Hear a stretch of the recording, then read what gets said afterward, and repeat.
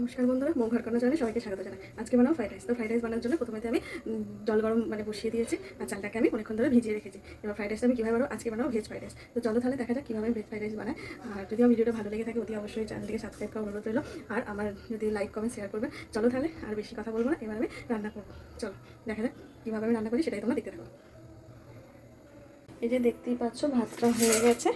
এবার এটাকে আমি আস্তে আস্তে ছান্তাই করে ছেঁকে নেব।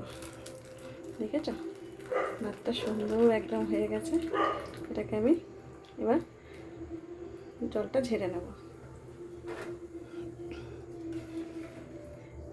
80% মতো এটাকে আমি সেদ্ধ করেছি, খুব বেশি। এই দেখো ভাতটা আমি সব পুরো একদম জলটা ঝরিয়ে নিয়েছি, আর কতটা সেদ্ধ হয়েছে সেটাও তোমাদেরকে দেখাচ্ছি। এই দেখো, দেখেছো এরকম ভাতটাকে হয়েছে, আর ভাতটা এত সুন্দর ঝরঝরে লাগছে না, আর দেখতে কত সুন্দর হয়েছে বলো তো ভাতটা। চলো এটাকে আমি এবার রাইসটাকে আমি বানিয়ে নেব।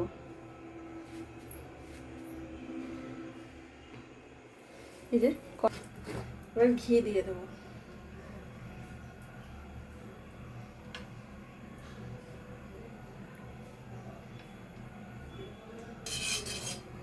আমি পুরোটা ঘিয়েতেই করবো এই রাইসটা, তেল দেবো না। ঘিটা গরম হয়ে গেছে, এবার আমি এই ভেজিটেবলগুলো যে আগে থেকে সব কেটে রেখেছিলাম সেগুলোই দিয়ে দেবো।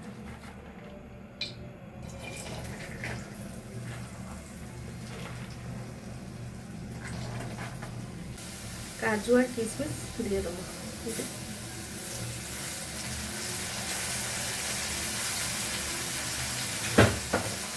কাজু কিশমিশ দিয়ে এবার ভাজা ভাজা একটু করে নেবো। ভাজা ভাজা হয়ে গেছে, খুব বেশি ভাজবো না তাহলে পুড়ে যাবে। এবার আমি এইবার ভাতটা দিয়ে দেবো।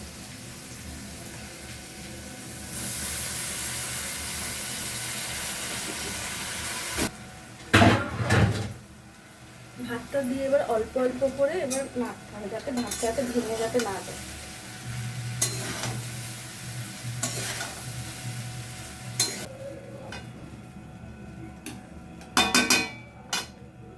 দেখতেই পাচ্ছ।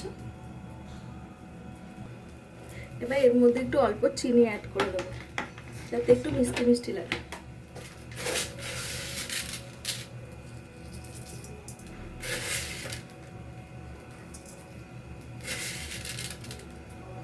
করবো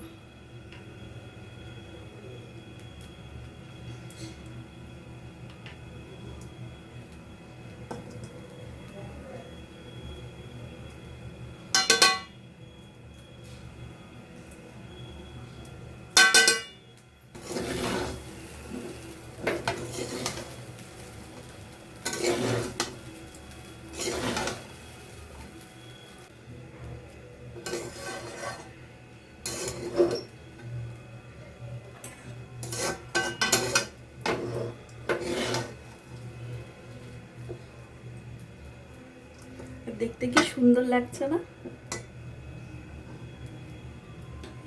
বেশ, আমার কমপ্লিট হয়ে গেল। আর আমার লাইক কমেন্ট শেয়ার করার অনুরোধ রইল। চলো তাহলে ততক্ষণে সবাই ভালো থাকো, সুস্থ থাকো। আবার দেখা হবে পরের একটা ভিডিওতে। টাটা।